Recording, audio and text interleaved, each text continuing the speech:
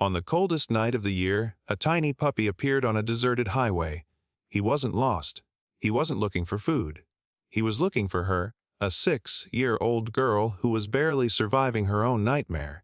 And he wouldn't stop crying until she followed him into the darkness. Emily had stopped feeling anything months ago. Not since the hospital, not since she lost the person she loved most. She was hollow, empty, just existing. But when that puppy's desperate cry pierced through the snowstorm, something inside her cracked open. Against every warning, against all logic, she stepped out of the truck and walked straight into the freezing forest. Her father screamed for her to stop. But she couldn't, because that cry, she recognized it. The puppy led her deeper. Through trees that clawed at her jacket. Through snow that could kill her in minutes. He kept looking back with eyes that held too much intelligence for something so small. Hurry, please hurry. We're running out of time. And then he stopped, at the base of a frozen tree. And Emily saw what lay dying in the snow. What she found wasn't just an animal fighting for life. It was a mirror of her own broken heart. A mother who'd fought through impossible pain to protect her baby. A mother who was seconds away from giving up. Emily had 48 hours to save her. 48 hours before the wounds would become infections. Before hope would become grief. She'd already failed to save one life she loved. She'd sat in a waiting room while her mother died alone, forbidden from saying goodbye. So she made a promise in that frozen forest: not again, never again. But saving this dying dog was just the beginning. Because 3 weeks later, on another cold night, a shadow would appear at their fence. Eyes glowing green in the darkness, teeth bared, hunting, and the mother dog would have to make an impossible choice. What happened in those 10 seconds would either destroy this family forever, or prove that some bonds are stronger than death itself. This is their story, and it starts with a cry in the snow that changed everything. Stay with us because this story will leave you speechless. Before we start, make sure to hit like, share, and subscribe. And really, I'm curious, where are you watching from? Drop your country name in the comments. I love seeing how far our stories travel. On the coldest night of the year, when even wolves stayed hidden in their dens, and the wind howled like a wounded animal, a tiny puppy wasn't looking for shelter. He wasn't searching for warmth. He wasn't crying for food. He was looking for her, and he wouldn't stop crying until she followed him into the darkness. The highway stretched endlessly through the wilderness, a black ribbon cutting through an ocean of white. Snow fell in thick, relentless sheets, swallowing sound, swallowing light, swallowing hope, the kind of cold that didn't just bite at exposed skin. It warned, it threatened. It whispered that anyone foolish enough to stop wouldn't make it out alive. Emily pressed her forehead against the truck window, her breath fogging the glass in slow, rhythmic clouds. Her fingers traced invisible patterns on the cold surface. So over and over, always circles, never complete, never finished. "You okay?" Michael asked from the driver's seat, his voice careful, measured, the way people speak when they're afraid of the answer. She didn't respond. She never answered that question anymore. Not honestly. Not since the funeral. Not since the hospital room where her mother's hand went cold in hers. The heater hummed steadily. The wipers dragged back and forth with a hypnotic rhythm. The world outside blurred into a watercolor painting of gray and white, where nothing had shape, nothing had meaning. Then a sound pierced the silence. Faint, high-pitched, desperate. Emily's hand froze mid-circle. Her breath caught. "Did you hear that?" She whispered, her voice barely audible over the engine. Michael frowned, leaning forward slightly. "Hear what?" "Stop the truck." It's freezing out there. We're in the middle of nowhere. We need to stop the truck." Her voice wasn't loud, but it carried a weight that made Michael's foot move to the brake before his mind could argue. The brake lights flared red against the snow, casting an eerie glow on the white landscape. The truck rolled to a stop. The engine idled. The snow continued falling. Emily's hand was already on the door handle. "Emily, wait." But she was already stepping out. The cold slammed into her lungs like a physical blow, stealing her breath, making her gasp. Her boots crunched into the snow, sinking several inches with each step. The world was silent except for the wind and the distant cry. There, at the very edge of the headlights, where light surrendered to darkness, a puppy, maybe 8 weeks old.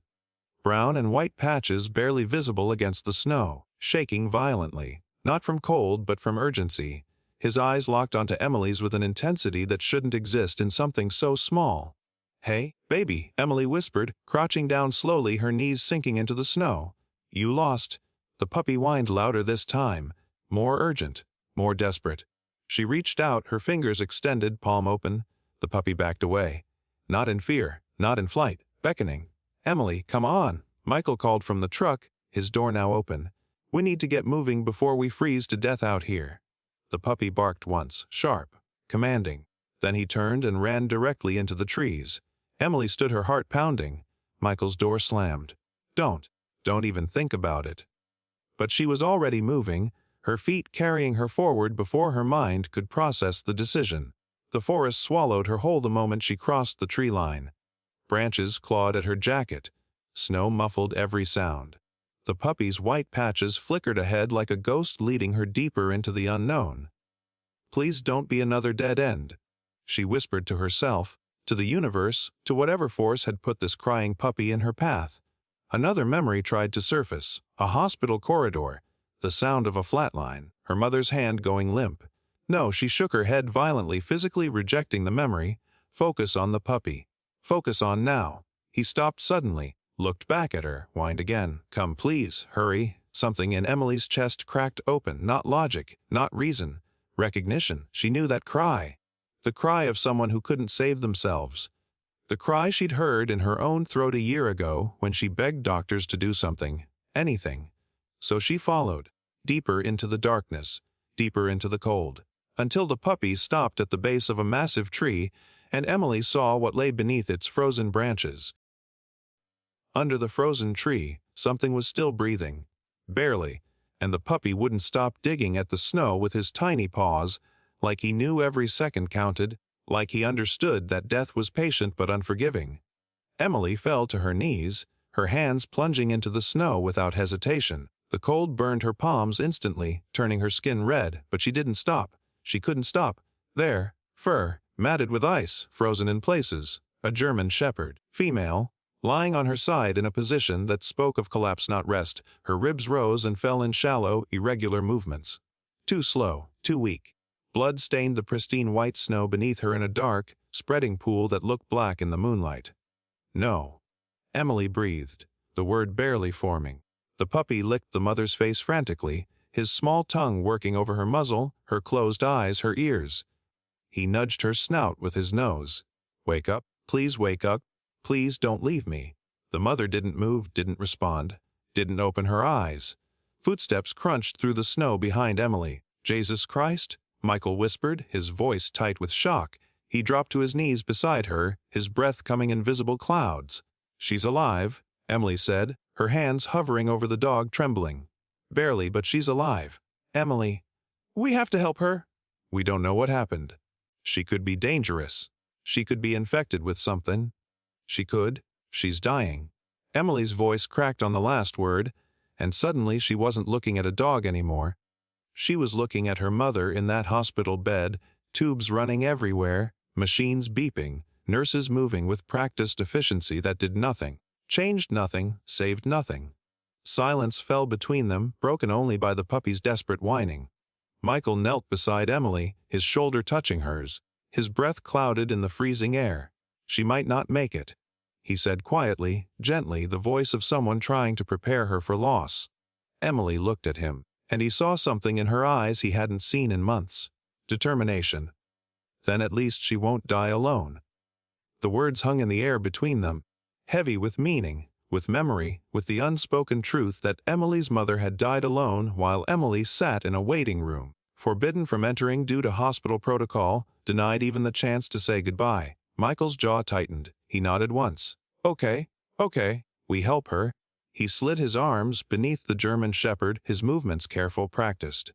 The dog whimpered, a sound so weak it was almost lost in the wind. She was limp, unable to resist, barely conscious. The puppy barked frantically, his small voice piercing the night. "We're taking him too," Emily said, scooping the puppy into her arms.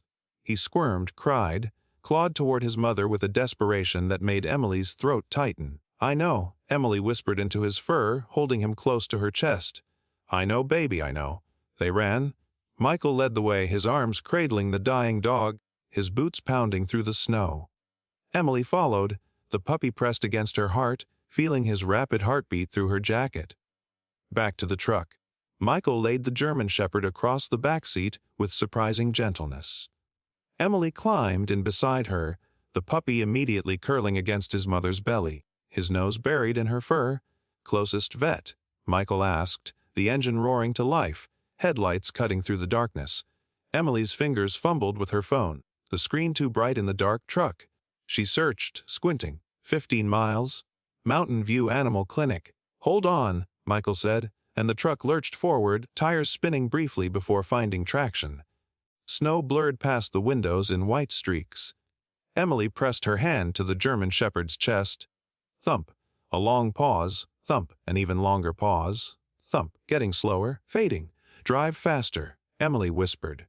"I am." "Faster." The monitor went flat. Not a slow decline, not a gradual fading, flat. One continuous tone that screamed through the examination room like a siren announcing the end of everything. And in that moment, Emily understood that miracles don't announce themselves with trumpets and light. They arrive in the last impossible second, when hope has already packed its bags and headed for the door. The truck had skidded into the Mountain View Animal Clinic parking lot with gravel spraying in all directions.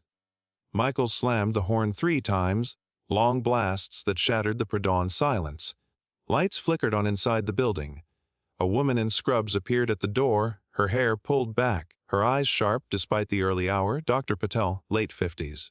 27 years of veterinary experience that showed in the way she moved the moment she saw Michael carrying the German Shepherd. "Emergency?"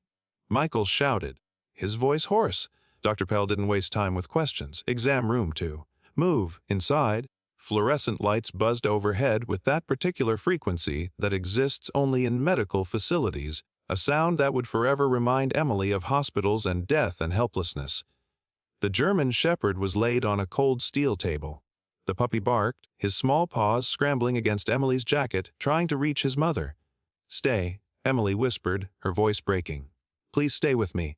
Dr. Patel's hands moved with practiced speed. Stethoscope pressed to the dog's chest, penlight flashing across unresponsive eyes. Fingers probing ribs, abdomen, checking for breaks for internal damage. "Severe internal bleeding," Dr. Patel announced, her voice clipped, professional. "Trauma to the abdomen. Possibly hit by a vehicle. Possibly attacked. Multiple fractured ribs. She's in shock. Can you save her?" Emily asked, the question tumbling out before she could stop it. Dr. Patel didn't answer immediately, and that silence was louder than any words. She looked at her assistant, a young man already pulling supplies. "Prep for emergency surgery. We're going in now." Emily sat in the hallway, the puppy in her lap, both of them trembling. Michael paced, his boots squeaking on the linoleum floor with each turn. Through the small window in the door, they could see shadows moving, hands reaching for instruments. The German Shepherd's body on the table, so still it looked like she'd already left. Minutes crawled by like hours. Emily's fingers stroked the puppy's head mechanically. Over and over, a rhythm that matched her own heartbeat. "She has to make it," Emily whispered to no one, to everyone, to God if he was listening. Michael started. "She has to." Then the sound, that terrible, continuous sound. Beep. Emily's head snapped up. Through the window, Dr. Patel's face had gone white. The assistant grabbed defibrillator paddles. "No," Emily breathed. She stood, the puppy tumbling from her lap. Michael caught her arm. "Emily, don't." She shoved the door open. "Clear," Dr. Patel shouted. Thump. The dog's body jolted on the table, lifted slightly, fell back. The monitor remained flat. Again. Temp. Nothing. The line didn't waver. "Emily, you can't be in here," the assistant said, but his voice was distant underwater. "Clear, Tump." 10 seconds. 20, 30, 40. The puppy's cry echoed somewhere behind Emily. Then, beep. A pause that stretched for eternity. Beep. Another pause, slightly shorter. Beep. Beep. Dr. Patel exhaled, her hands shaking as she set down the paddles. "She's back." In the hallway afterward, Dr. Patel pulled off her blood-stained gloves. "How close was it?" Emily asked. The vet looked at her, really looked, seeing past the question to the person asking it. "If you'd arrived 20 minutes later," she said quietly, "I'd be having a very different conversation with you right now." Emily's breath hitched. She wasn't just lucky, Dr. Patel continued. Someone fought like hell to get her here in time. Emily looked at Michael, then down at the puppy pressed against her leg. He did, she whispered. He saved her? I won't lose anyone again. The words came out as a whisper, but they carried the weight of a vow carved in stone. Emily sat in the corner of the clinic's waiting room, her knees pulled to her chest, her arms wrapped around them like she was trying to hold herself together. The puppy slept fitfully in her lap, his small body twitching with dreams or nightmares, his paws moving in phantom-running motions. Michael had gone to get coffee, but Emily knew he wasn't really after caffeine. He was giving her space, he was good at that. Too good, maybe. Sometimes she wondered if he gave her so much space, because he didn't know how to bridge the distance grief had created between them. The clinic smelled of antiseptic and fear, the same combination that had filled the hospital where her mother died. Different building. Different circumstances. Same crushing weight on her chest that made breathing feel like work. Through the window, dawn was beginning to break, painting the snow-covered parking lot in shades of pink and gold. Beautiful. The world always looked beautiful after the worst moments, as if nature was mocking human suffering with its indifferent splendor. Dr. Patel emerged from the surgical suite, her scrubs stained with blood that had dried to a rust color. She looked exhausted, but something in her expression made Emily stand up quickly, clutching the puppy. She's stable, Dr. Patel said, and Emily's knees nearly buckled with relief. The next 48 hours are critical, but she's a fighter. Strong heart, stronger will. Can I see her? The words came out desperate, childlike. Dr. Patel hesitated, then nodded. 5 minutes. She needs rest. The recovery room was smaller than Emily expected, dimly lit with soft lighting designed to keep animals calm. The German shepherd lay on a padded table, her chest rising and falling in a steady rhythm that was the most beautiful thing Emily had seen in months. Bandages wrapped around her abdomen, an IV drip-fed into her leg, but she was alive, breathing. Here, Emily approached slowly, the puppy whining softly in her arms. She set him down gently beside his mother, and he immediately pressed himself against her, his nose finding the familiar scent, his body relaxing for the first time since they'd found them. "Hey, girl," Emily whispered, her hand hovering over the dog's head before finally making contact. The fur was soft despite being matted in places with dried blood. "You made it. You're going to be okay." The German shepherd's eyes remained closed, but one ear twitched at the sound of Emily's voice. Michael appeared in the doorway, 2 paper cups of coffee in his hands, but he didn't enter. He just watched as Emily knelt beside the table, her forehead nearly touching the dog's, her lips moving in words he couldn't hear. Later, he would tell her he'd never seen her look so present, so alive since before her mother's diagnosis. Later, she would tell him it was the first time in a year she'd felt like she had a purpose beyond simply existing. "I couldn't save my mom," Emily whispered to the sleeping dog, her voice cracking. "I couldn't even say goodbye. They wouldn't let me in the room. I sat in a waiting room just like this one, and a doctor came out and told me she was gone. And I never got to tell her." The words dissolved into tears that had been building for months, a dam finally breaking. The puppy looked up at Emily with dark, understanding eyes that held too much wisdom for something so young. "But I saved you," Emily continued, wiping her face with the back of her hand. "Your baby saved you, and I helped, and you're here, and that has to mean something. That has to count for something."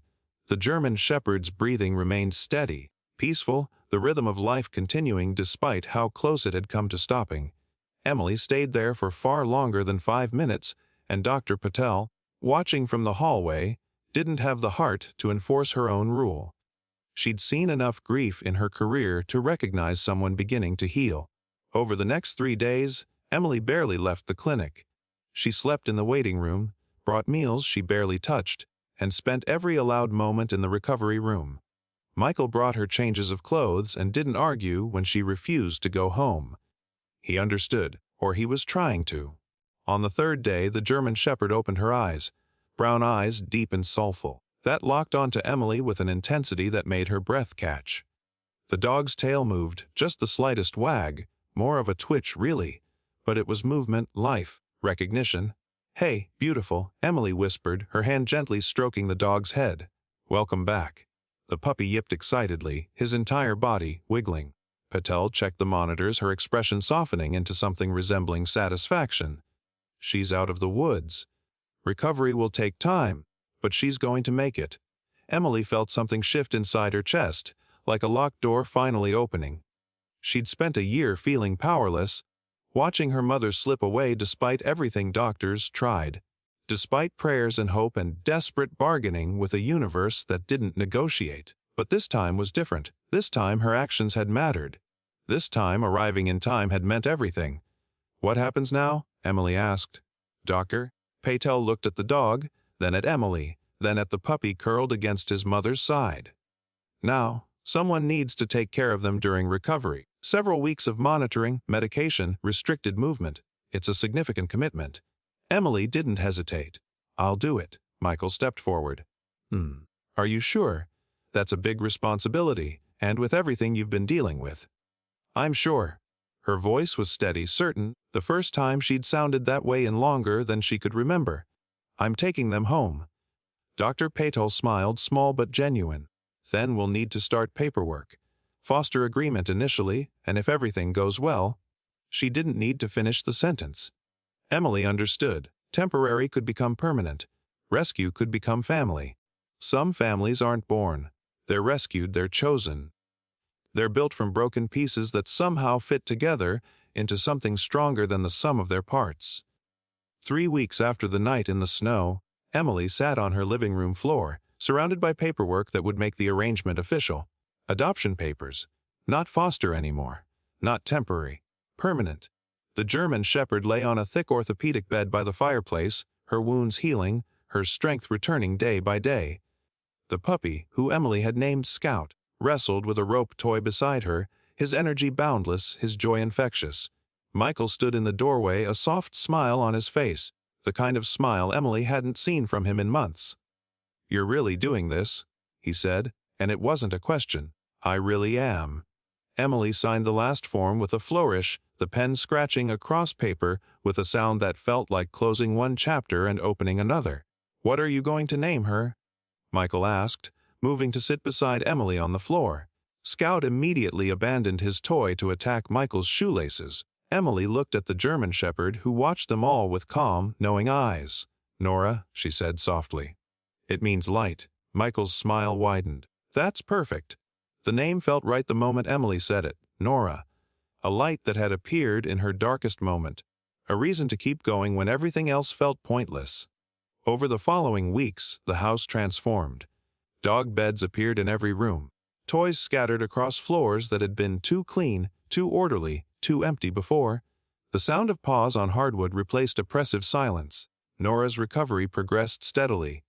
She graduated from short, careful walks around the block to longer explorations of the neighborhood.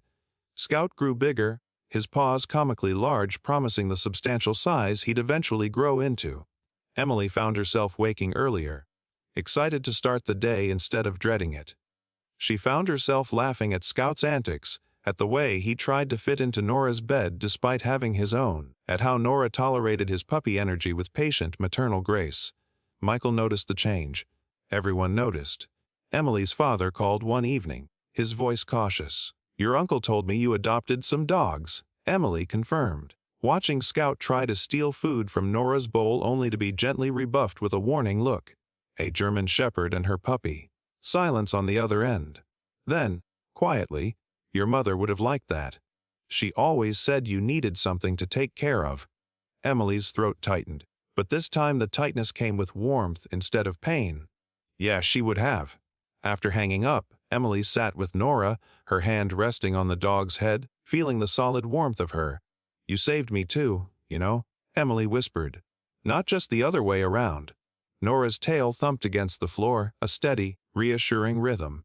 But healing, Emily was learning, wasn't linear. It didn't move in straight lines or follow predictable patterns. Some days were easier. Some days she still woke up reaching for her phone to call her mother before remembering she couldn't. Some days the grief sat so heavy on her chest that getting out of bed felt impossible. On those days, Scout would bound into her room, his enthusiasm for life unable to be contained. On those days, Nora would rest her head on Emily's knee, a gentle pressure that said, I'm here. You're not alone. Winter deepened. Snow continued to fall. The world outside remained cold and white, but inside Emily's home, warmth was being rebuilt, piece by piece, day by day. One evening, as Emily sat on the couch with a book she wasn't really reading, Michael settled beside her.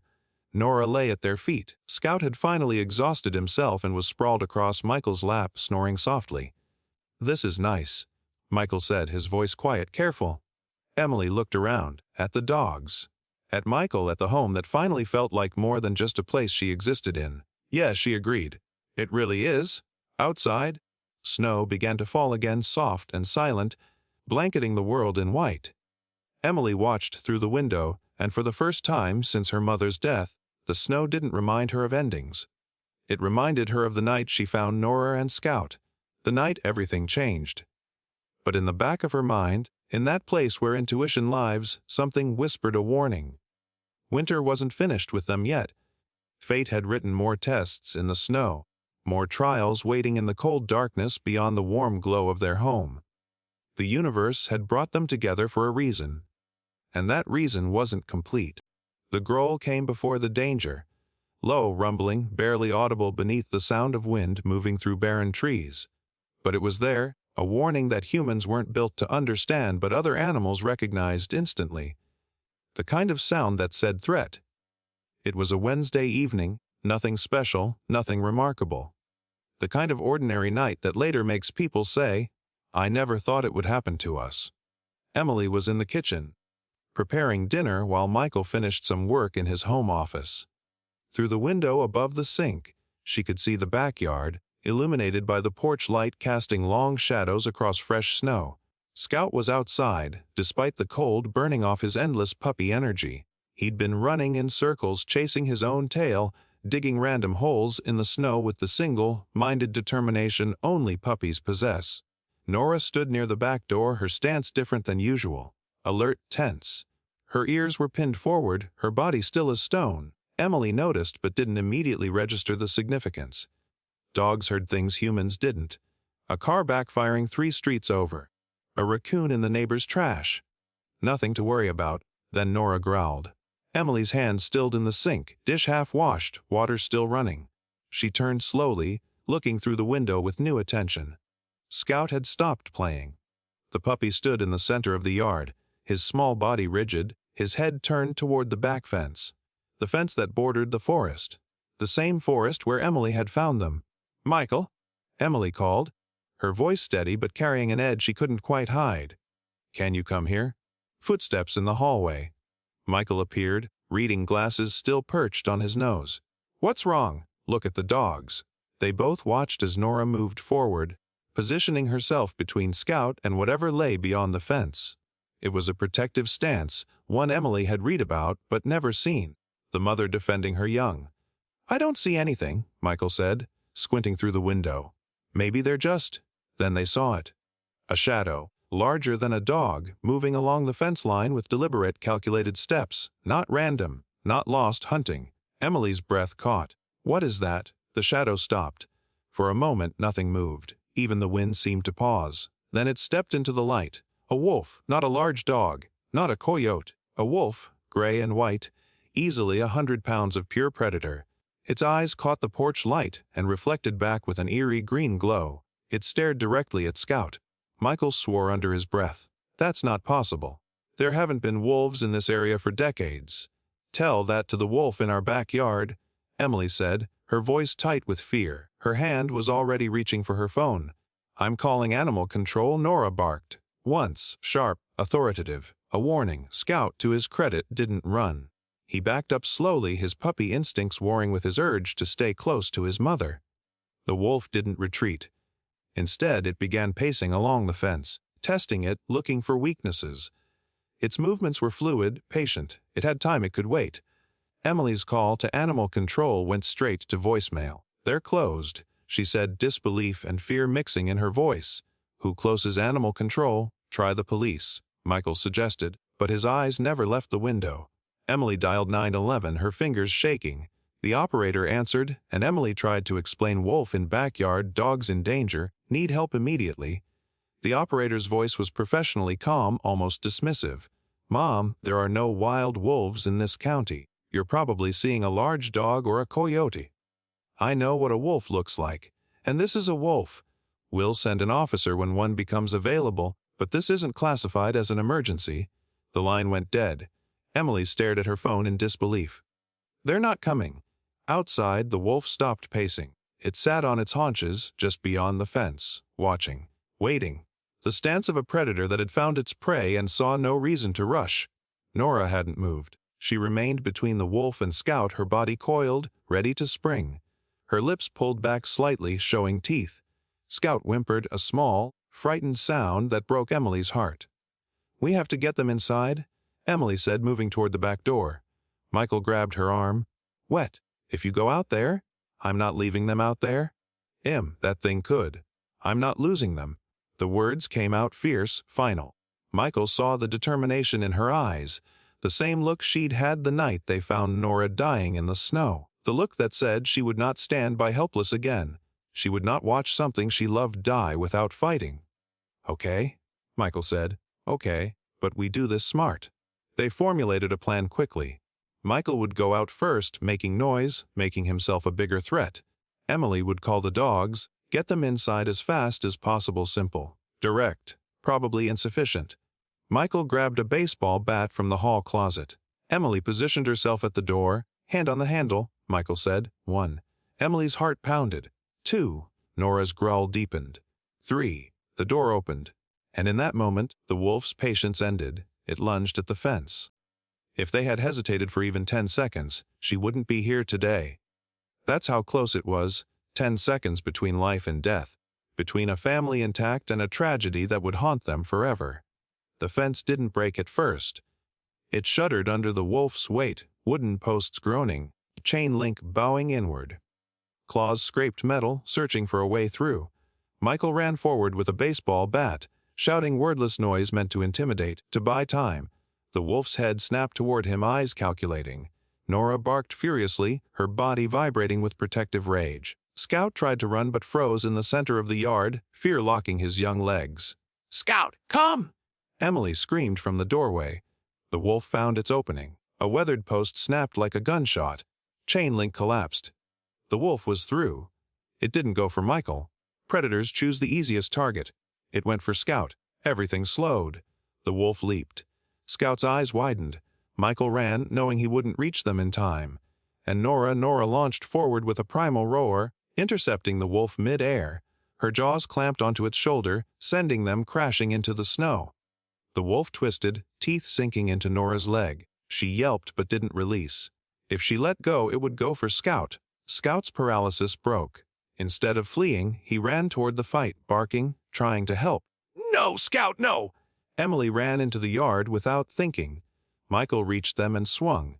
The bat struck the wolf's hindquarters with a sickening thud. The wolf released Nora and turned on him, teeth bared and blood-stained. Despite her injured leg, Nora attacked again, aiming for the throat. Scout grabbed the wolf's tail in his tiny jaws, pulling with all his strength. It didn't hurt the wolf, but it distracted it for a crucial second. Michael swung again, the bat cracking across the wolf's snout. The animal yelped, blood dripping bright red onto the snow. For one suspended moment, everything froze, the wolf bleeding and outnumbered, Nora standing bloodied between it and her pup. Michael ready to strike again, Emily clutching Scout to her chest. The wolf calculated and ran. It crashed back through the broken fence and vanished into the forest, leaving blood and paw prints behind. Silence fell heavy. Emily trembled, Scout pressed to her chest. Michael lowered the bat, gasping. Nora stood watching the tree line a second longer, then her injured leg buckled. She collapsed. "Nora?" Emily dropped beside her, blood soaking Nora's fur beneath the porch light. Her breathing was shallow, eyes glazed with pain. "No, not again," Emily chanted, afraid to touch her. Scout wriggled free and pressed against his mother, whining, licking her face. Nora's tail gave the faintest wag. "I'm still here." Michael was already calling Dr. Patel. "We have to move her," he said. Emily nodded, refusing to freeze this time. Together they lifted Nora carefully despite her whimpers. Scout stayed pressed against them as they rushed to the truck. Michael drove fast through the snowy streets. In the back seat, Nora's head rested in Emily's lap, Scout against her side. "You saved us," Emily whispered through tears. "No, let me save you, please." This time, Emily refused to be afraid. Fear had taken too much from her already. Her mother, her sense of safety, her ability to trust that good things could last. She wouldn't let it take Nora too. The truck's tires screeched as they pulled into the clinic parking lot. Dr. Patel was already at the door in her scrubs, flanked by 2 assistants with a stretcher. She'd been expecting them, prepared, ready. They moved with practiced efficiency that would have been comforting if Emily had been capable of feeling comfort. Nora was lifted onto the stretcher.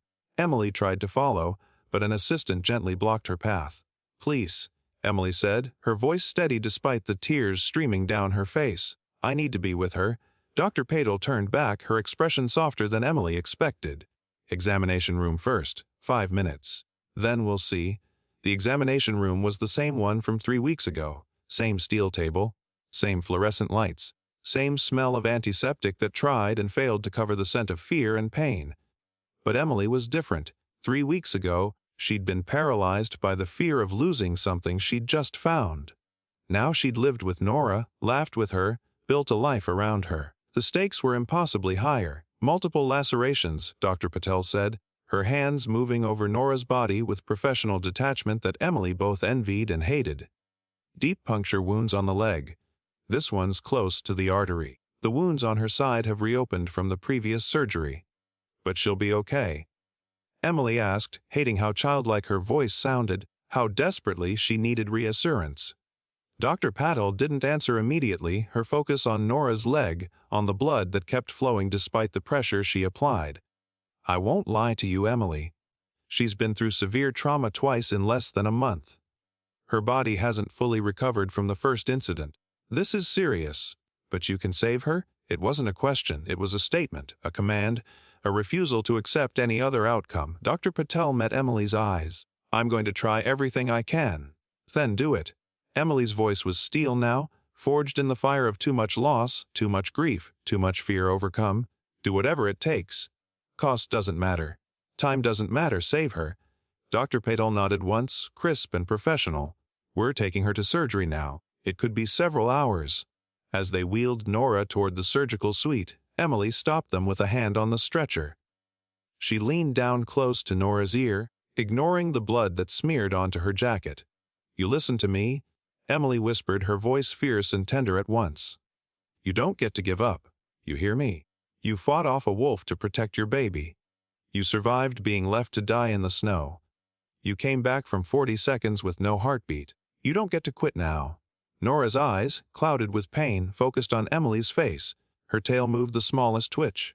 "That's right," Emily continued, her tears falling freely now. "You're a fighter, so fight. Fight like you fought for Scout. Fight like you fought for me.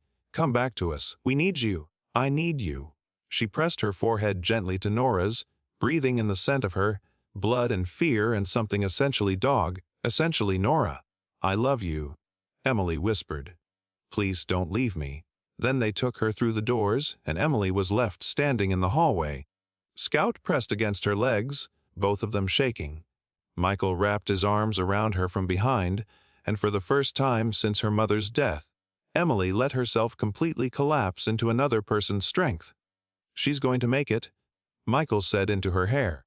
"I know she is. You can't know that? Neither could you 3 weeks ago. But you saved her anyway." They sat in the waiting room, the same chairs they'd occupied before. Scout lay across both their laps, his nose buried in Emily's jacket, seeking comfort from the one person who smelled like home and safety. An hour passed. Then 2. Emily didn't pace like Michael had before. She sat perfectly still, her hand on Scout's head, her eyes fixed on the surgical suite doors. She talked to Nora in her mind, a constant stream of encouragement and love and desperate prayer to a universe she wasn't sure was listening. "You're strong. You're brave. You're the best dog I've ever known. You're my family. Come back, come back." At hour 3, Dr. Patel emerged. Her scrubs were stained with blood, her face drawn with exhaustion, but her eyes held something Emily couldn't quite read. Emily stood so fast Scout tumbled from her lap. Michael caught the puppy while Emily took 2 steps toward Dr. Patel and then froze, terrified of what she might hear. "She made it through surgery," Dr. Patel said. and Emily's knees buckled with relief. Michael caught her, held her upright. But, Dr. Patel continued, and that single word made Emily's stomach drop. She's weak. Very weak. The next few hours are critical. If she makes it through the night, her chances improve significantly. Can I see her? She's unconscious. She won't know you're there. I'll know. Dr. Patel studied Emily for a long moment, then nodded. 20 minutes. Then she needs complete rest. The recovery room was dimmer than Emily remembered. Nora lay on the same padded table, surrounded by monitors and IV lines, her chest rising and falling with mechanical steadiness. She looked small, fragile, nothing like the fierce protector who'd faced down a wolf hours earlier. Emily pulled a chair beside the table and took Nora's paw gently in her hand. Scout curled up on Emily's lap, his eyes fixed on his mother. "Hey, beautiful," Emily whispered. "You made it through the hard part. Now you just have to rest. Just rest and heal and come back to us." She talked to Nora through the entire 20 minutes, her voice steady now, no longer shaking. She told Nora about the home waiting for her, about Scout who needed his mother, about the walks they'd take when spring came, about the life they were building together. And when Dr. Patel came to enforce the time limit, Emily leaned close one more time. "I'm not saying goodbye," she whispered, "because you're coming home. I'll see you in the morning." Then she let Michael lead her out, Scout in her arms, her heart still in the recovery room with the dog who'd saved her life by letting Emily save hers. The strongest man in the room finally let himself cry. Michael had held it together through everything. Through finding Nora dying in the snow. Through the first emergency surgery. Through the wolf attack. Through the frantic drive to the clinic with blood soaking into his truck's upholstery. He'd been the steady one, the rock, the person who held Emily when she fell apart. But everyone has a breaking point. Michael's came at 3 in the morning, in the clinic's empty parking lot, sitting in his truck with blood-stained seats, waiting for dawn and news that might break his heart. Emily had dozed off in the waiting room, exhausted beyond endurance, Scout curled against her chest. Michael had told her he was going to move the truck, but really he just needed to be alone. Needed to stop being strong for 60 seconds and let himself feel the weight of everything that had happened. The sobs came without warning, tearing from his chest with violence that shook his entire body. He pressed his hands to his face, trying to muffle the sound, trying to maintain some dignity even though no one was watching. He'd failed them. The thought circled his mind like a vulture. He was supposed to protect them. He was the man, the husband, the father figure. He was supposed to make sure the fence was secure, supposed to check for weak points, supposed to prevent exactly what had happened. Just like he'd failed to protect his wife. Emily's mother. His Sarah. She'd been sick, and he hadn't seen it, hadn't insisted she go to the doctor sooner, hadn't pushed when she said she was just tired, just stressed, just needed rest. By the time they found the cancer, it was stage 4. Inoperable, terminal. He'd held Sarah's hand as she died and promised he'd take care of Emily, would protect her, would never let her hurt like that again. And then he'd brought her to a house with a broken fence that let a wolf through. Had let her adopt a dog that nearly died, twice. Had failed at the one thing he'd promised. The passenger door opened. Michael's head snapped up, swiping at his face, trying to erase evidence of his breakdown. Emily slid into the seat beside him, Scout sleeping in her arms. She didn't say anything at first, just sat there in the pre-dawn darkness, the clinic lights casting long shadows across her face. "I thought you were sleeping," Michael said, his voice rough. "I was." "Then I woke up and you were gone." Silence stretched between them, not uncomfortable but heavy with things unsaid. "It's not your fault," Emily said finally. Michael's laugh was bitter. "The fence broke because I didn't maintain it properly. The wolf got through because I failed to. The wolf got through because wolves are predators and fences are imperfect. You didn't fail anyone. I failed your mother." The words burst out before Michael could stop them, raw and painful and true. "I should have seen it sooner. Should have made her go to the doctor. Should have. Dad!" Emily's voice was quiet but firm. "Stop." Michael looked at her, really looked at her, and saw not the grieving daughter he'd been trying to protect, but a woman who'd walked through fire and come out stronger. "Mom's cancer wasn't your fault," Emily said. "It wasn't anyone's fault. It was cells multiplying wrong. It was biology. It was terrible luck and terrible timing and terrible in every way, but it wasn't because you failed. I promised to take care of her. And you did. You were there every day in the hospital. You held her hand. You let her go when she was ready instead of keeping her here in pain because you couldn't face losing her. That's not failure. That's love. Michael's throat tightened. I promised to protect you too. You have been. You drove through a snowstorm to save a dying dog because I asked you to. You ran at a wolf with a baseball bat. You've held me through every breakdown, every nightmare, every moment I couldn't function. You've protected me every single day.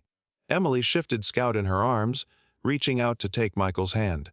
But I don't need you to be perfect. I don't need you to prevent every bad thing from happening.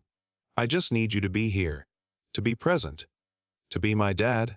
Something in Michael's chest cracked open, years of guilt and self-recrimination pouring out. I miss her so much, he whispered. Me too. They sat together in the darkness, crying quietly, letting themselves grieve in a way they hadn't allowed themselves to do. Separately, they'd been trying to be strong for each other, to not burden the other with their pain. Together, finally, they could be broken and whole at the same time. Scout woke up and licked Michael's hand, his puppy instincts sensing distress and trying to fix it the only way he knew how. Michael laughed through his tears, scratching the puppy's ears. We protect each other, Emily said softly. That's what families do. Not perfectly, just the best we can. The best we can, Michael repeated, and it sounded like a vow, like permission to be human, to fail sometimes and still be enough. As dawn broke over the horizon, painting the snow golden and pink, they sat together. A father and daughter who'd lost someone irreplaceable, who'd found unexpected salvation in two dogs who needed saving, who'd learned that protection doesn't mean preventing all harm, but standing together when harm comes anyway. Inside the clinic, Nora slept on, fighting her own battle. But out here, another kind of healing was happening. The kind that comes from honesty, from vulnerability, from finally admitting that strength isn't about never breaking. It's about breaking together and helping each other rebuild. 1 year later, Emily stood in the same place on the forest road, but she wasn't afraid anymore. Snow fell in thick, silent sheets, the cold biting just as sharply as it had that night. The wind carried the same whispers. But everything was different. Her boots were planted firmly in deep snow. Scout sat at her right leg, no longer a clumsy puppy but strong and alert, his brown and white coat thick against the cold. Nora sat at her left, dignified and calm. The scars on Nora's leg showed faintly beneath her fur, and she walked with a slight limp on cold days, a reminder of the wolf and the price she paid protecting Scout. But her eyes were bright and alive. "This is where we found you," Emily said softly. "You were dying, and we didn't know if we could save you." Nora's tail swept the snow. Scout leaned warmly against her, came back to remember. Emily continued. "How broken I was. How sure I was that nothing would ever be good again." She closed her eyes and let the memories come. Her mother's funeral, the hollow months, the numbness that made joy feel impossible. Then the puppy's cry. The desperate journey through these trees. Finding Nora dying. Choosing to fight instead of surrender to loss again. "You saved me," she whispered. "I thought I was saving you." Michael stepped from the truck with 2 coffees. He'd insisted on coming. She was learning that being alone and being loved weren't opposites. "You okay?" he asked. "Yeah, I really am," he told her doctor. Patel had called about fostering another injured dog. It would be a commitment. With her new job starting soon, tell her yes, Emily said. She looked at Nora and remembered the sleepless nights, the wound care, the fear and the joy. The first tail wag. The first steps without limping. The morning Nora climbed the stairs just to sleep beside her. "We have room," Emily said, "and maybe something broken needs us." "Your mother would be proud," Michael said. The ache remained, but softer now, love remembered. Not just loss. "I think she would." They walked back to the truck, the dogs weaving paths in the snow. Emily paused, looking at the forest, the place where her old life ended and her new one began. "Thank you," she whispered. As they drove away, she felt hope. Not the naive kind, but the kind earned by surviving winter and choosing to love again. If this story touched your heart, if you've ever lost someone, or fought with everything you had to save someone you love, then please take a moment to like this video, Share it with someone who might need a little hope today. You never know whose heart this story could reach. And if you want more powerful, emotional stories that stay with you long after they end, don't forget to subscribe to the channel. Every story here is more than just a video, it's a reminder that love and courage still exist. Now I have a question for you. If you were in Emily's place, would you have followed that tiny puppy into the dark, freezing forest? Tell me in the comments. I read every single one.